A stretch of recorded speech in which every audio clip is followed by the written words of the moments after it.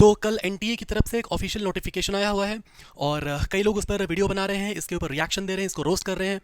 तो एकदम ध्यान से समझना बात को कि जब भी हम लोग किसी बड़ी ऑर्गेनाइजेशन को कोई काम अगर सौंपते हैं और हर साल अगर वो बार बार गलतियां पे गलतियां अगर वो करता जा रहा है और अभी फिर से वो 15 दिन के बाद फिर से वो बड़ा काम करने वाला है, तो वो ज़रूर उस काम से पहले अपना सफाई देगा कि हम लोग अच्छे लोग हैं, ट्रस्ट कीजिए मेरे पे, हम लोग बहुत अच्छे से एग्जाम लेने वाले हैं, है ना। वो एक अपना एक सफाई लेकर के आया हुआ है। अब इससे हम लोग क्या क्या सीखें, क्या हम लोग समझने वाले हैं, क्या एनटीए इस अपने सफाई से अपने ट्वीट के माध्यम से क्या कहना चाहता है, एकदम ध्यान से समझना बात को, ठीक है। इसको सीरियसली लेना बात को, ठीक है।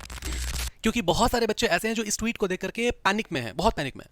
अब मैं इसको एक एक लाइन को मैं डिकोड नहीं करने वाला हूं, क्योंकि इसमें वैसे भी आप बहुत सारे वीडियो आप देख करके आए होंगे। इसमें सिंपली यहाँ पर कह रहा है कि भाई जो आप लोग सोच रहे हो कि it's just a question paper, है ना, बिगेस्ट इल्यूजन है आप लोगों का, बच्चों का, आज से पढ़ूँ या कल से पढ़ूँ, है ना, हम लोग ऑलरेडी 10 स्टेप अहेड हैं, आगे हैं। तो इस बात को समझो अभी कि लगभग 25 से 27 लाख बच्चे नीट में बैठते हैं, लेकिन स्टिल 720 नंबर में से 500 नंबर क्रॉस हो पाता है सिर्फ 1.5 से 2 लाख बच्चों का। तो पॉइंट ये है कि एक्चुअल जो पढ़ने वाले बच्चे हैं वो कम है, और वो कहीं ना कहीं वो पढ़ रहे होंगे, आपको बताने की जरूरत नहीं कि वो पढ़ना है उनको या फिर नहीं पढ़ना है। तो इस ट्वीट का कुछ खास मीनिंग नहीं है, लेकिन इस ट्वीट से हम लोग क्या सीख सकते हैं, क्वेश्चन पेपर कैसा आने वाला है, नीट 2026 का पेपर कैसा रहेगा, क्या वो इजी रहेगा, टफ रहेगा, मॉडरेट रहेगा, पेपर कैसा होने वाला है, एकदम ध्यान से सुनना और सीख करके जाना बहुत सारा चीज आज इस वीडियो से। अब सबसे पहला बात कि वैसे ही बच्चे इस ट्वीट को देख करके पैनिक करने वाले हैं जो वेटेज क्रैक करना चाह रहे हैं कि 11th के पोर्शन से ज्यादा आएगा, फिर 12 से ज्यादा आएगा, पैटर्न को क्रैक करना चाहते हैं, कौन से टॉपिक से ज्यादा क्वेश्चन आने वाला है। सिर्फ पीवाईक्यू पे वो डिपेंडेंट है कि हाँ चलो 5 साल के पीवाईक्यू कर लेते हैं, इतने क्वेश्चन बन जाएंगे। मटीरियल पे डिपेंडेंस है वो, है ना, डिपेंडेंसी है उनकी मटेरियल्स पर कि हाँ ये इस जगह का ये मटेरियल अगर हम कर लेंगे तो इससे क्वेश्चन बन जाएगा। ऐसे बच्चे को जरूर पैनिक करना ही चाहिए, अंदर से खाली हुआ बिल्कुल। ये बात क्यों नहीं समझ आ रहा है कि एनटीए कभी भी वेटेज को नहीं मान रहा है। पिछले 4-5 साल का ट्रेंड आप उठा के देखो, वेटेज हो गए, कितने चैप्टर से कितने क्वेश्चंस आते हैं, ये हो गए। इस बात को समझो अच्छे से, है ना, टॉपिक्स का वो पैटर्न क्रैक करना ये सब मत करो।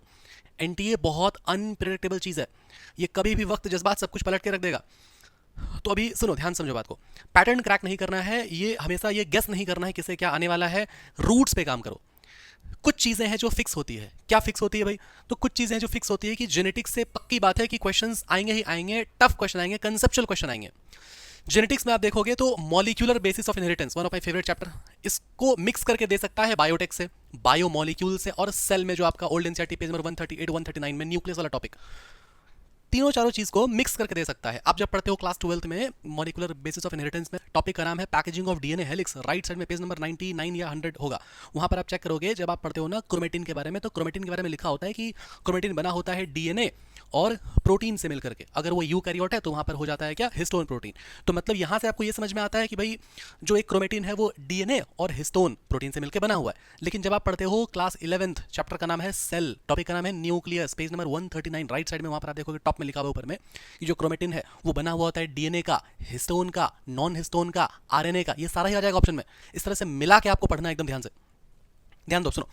तो यहां से क्वेश्चन टफ बनेंगे। प्लांट किंगडम में जो लाइफ साइकिल वाला जो पार्ट है वहां से क्वेश्चन टफ बनेंगे, कौन सा किस पे क्या डिपेंडेंट है। प्लांट फिजियोलॉजी में फोटोसिंथेसिस हो गए, रेस्पिरेशन हो गए, वहां से क्वेश्चन टफ बनेंगे। ह्यूमन फिजियोलॉजी में जो कंसेप्चुअल वाला पार्ट है, जैसे हार्ट वाला फंक्शन हो गया पूरा, मैं तो डिटेल मैंने हार्ट पार्ट पढ़ा है मैंने। जो आपका नर्व कंडक्शन वाला पार्ट है, कौन सा सोडियम पोटेशियम पंप, वो तो शानदार। तो ये सब जगह से क्वेश्चन टफ आएंगे ही आएंगे, मिक्स क्वेश्चन आएंगे ही आएंगे। क्वेश्चन टफ बनता कैसे, एकदम ध्यान से सुनना बात को। क्वेश्चन देखो, ध्यान देना, सुनना अच्छे से। लेटेस्ट जो आपका रिसेंट जो आपका चेंजेस हुआ एनसीईआरटी में 2-3 महीना पहले, जो रीसेंट जो लेटेस्ट जो चेंजेस हुआ, बार बार जो ब्रिटिश, जर्मन और अलग अलग जगह पर चेंज किया, सेकेंडरी साइट लिख दिया ओवम को, ये सारा चीज। यूनिक समरी लाइंस, मतलब समरी लाइंस में जो यूनिक जो हिडन लाइंस है जो कि कॉन्ट्राडिक्टरी है एक्चुअल टेक्स्ट के कंपैरिजन में। फिर आप देखोगे यहाँ पर जो हिडन डिटेल्स होते हैं डायग्राम्स में, डायग्राम में कुछ लाइन छिपा हुआ है, एल्यूरॉन लेयर हो गया या फिर कुछ और चीज हो गया, जैसे सेकेंडरी साइट वाला एक हिडन डिटेल हो जाएगा आपका, चेंजेस भी है वो एनसीईआरटी में, ये इंपॉर्टेंट हो गया बात। फिर आप देखोगे साइंटिस्ट वाला पार्ट, साइंटिस्ट वाला पार्ट मतलब जो भी यूनिट आपका जो शुरू होता है उसके पहले जो साइंटिस्ट का जो पार्ट होता है, जैसे रामाचंद्रन प्लॉट का क्वेश्चन हो सकता है, रिडक्शनिस्ट बायोलॉजी का क्वेश्चन आया हुआ था, समझ रहे हो बात को। तो ये चीज जो है नीट 2026 को टफ बनाएगा। रहा बात पेपर को डिकोड करने का, ध्यान सुनना बात को कि पेपर को जब आप डिकोड करते हो ना तो कुछ लाइनर्स क्वेश्चन होते हैं। लाइनर्स मतलब कि एकदम वन लाइनर क्वेश्चन, देखते ही तुरंत बन गया, बहुत कॉम्प्लिकेटेड नहीं होता है वो। ये क्वेश्चन हो गया, या फिर मैचिंग टाइप के क्वेश्चन हो गए, स्टेटमेंट बेस्ड क्वेश्चन कि कितने करेक्ट हैं कितने इनकरेक्ट हैं, कौन सा ट्रू है कौन सा फॉल्स है। ये वाला क्वेश्चन थोड़ा सा टफ होता है, बहुत सारे स्टेटमेंट दे देगा, बोलेगा इसमें से कौन सा करेक्ट है। अब ध्यान दो, असर्शन रीजन क्वेश्चन पूछ सकता है, मिक्स्ड कॉन्सेप्ट करके दे सकता है। ह्यूमन फिजियोलॉजी में ज्यादा मिक्स क्वेश्चन आ सकते हैं, हार्मोन्स वगैरह को रिलेट कर देगा कहीं पर भी, समझ रहे बात को। फिर आपका मोर देन 4 ऑप्शन अगर आ गया, मान लो कि ये वाला आपका क्वेश्चन है यहाँ पर, और ऑप्शन में 1 2 3 4 5 6 7 8 9 10 करके दे दिया, फिर यहाँ पर लिखा ए ऑप्शन में 3 4 5 6 8, बी नंबर में 6 8 2 9, ऐसे करके दे सकता है, मतलब मोर देन 4 ऑप्शंस भी हो सकते हैं। मैंने प्रैक्टिस कराया हुआ है, जो मैंने डीपीपी जो मैं प्रैक्टिस शीट में प्रोवाइड करता था उसमें। देखो अभी ना बहुत बवाल मत मचाओ इस चीज़ पर कि पेपर बहुत टफ आएगा, बहुत एंटी बहुत गुस्सा हो गया है, ऐसी कोई बात नहीं। रूट्स पे काम करो, बस रूट्स पे काम करो बहुत अच्छे से। अगर आप मेहनत किए हो, पढ़े हो, देखो बीइंग अ टीचर थोड़ा सा मैं इस बात से मैं खुश भी हूँ कि अब थोड़ा सा पेपर टफ आ रहा है, थोड़ा सा सीरियस हो रहा है। और क्योंकि ना अभी जो एरा आ गया ना ऑनलाइन वाला एरा, इसमें क्या हुआ कि बच्चे ऑनलाइन में मतलब मेहनत कम करना चाह रहे हैं, मतलब बच्चे मेहनत करते ही नहीं हैं। I am not talking about all the students, but बहुत सारे ऐसे बच्चे हैं जो मेहनत नहीं करते हैं। लास्ट में एग्जाम से पहले कुछ सीरीज देख लिए, कुछ वीडियो देख लिए। मैं खुद भी ऑनलाइन पढ़ाता हूँ, but still I am telling you that online is not good. समझ में आ रहा है बात?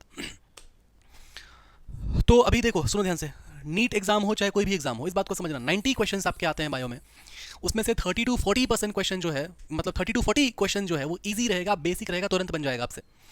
फिर उसमें आप देखोगे कि 40 से 70 क्वेश्चन जो रहेगा, है ना, 30 से 40 क्वेश्चन रहेगा जो इजी होगा, और जो 40 से 70 क्वेश्चन रहेगा वो मॉडरेट रहेगा, कॉन्सेप्चुअल रहेगा। समझ रहे हो बात को?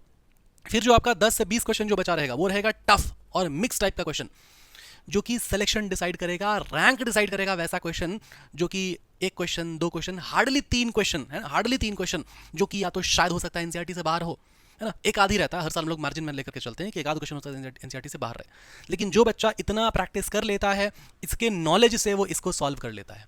और वैसे भी इस एक या दो क्वेश्चन अगर आप नहीं भी बनाते हो, अगर आप छोड़ के भी आते हो, तो इससे आपका सिलेक्शन नहीं रुकता है, रैंक डिसाइड होता है बस। समझ आ रहा है बात? तो ये बीपीएल वाला क्वेश्चन है ना, बेसिक क्वेश्चन। चाहे बच्चा का सिलेक्शन हो चाहे नहीं हो, ये सारे क्वेश्चन को वो सही करके आएगा ही आएगा। फोकस करना है आपको इस पर। समझ आ रहा है जो मैं कह रहा हूँ? तो कुल मिला के बात यही है, don't panic, work on roots and all the very best. सब कुछ अच्छा होगा अगर आप अच्छे से पढ़े हो, अंदर से खाली हो। अभी कुछ भी मत सोचो, अभी कुछ नहीं सोचना। अभी बस 3 मई पे फोकस करो कि उसको सबसे बेस्ट उसको आउटपुट निकालना है उससे। उसके बाद का सोचना कि ड्रॉप लेना है, क्या करना है, कैसे करना है। अभी कुछ भी नहीं सोचो। हाँ, एक चीज़ है, पेपर अटेम्प्टिंग स्ट्रैटेजी, पेपर कैसे अटेम्प्ट करना है। ठीक है, बहुत सारे बच्चे ऐसे हैं जो सिर्फ पहले बायो करते हैं, फिर केमिस्ट्री करते हैं, फिजिक्स करते हैं, या फिर कुछ बच्चे हैं जो कि ओएमआर बाद में फिल करते हैं, पहले क्वेश्चन सॉल्व कर लेते हैं।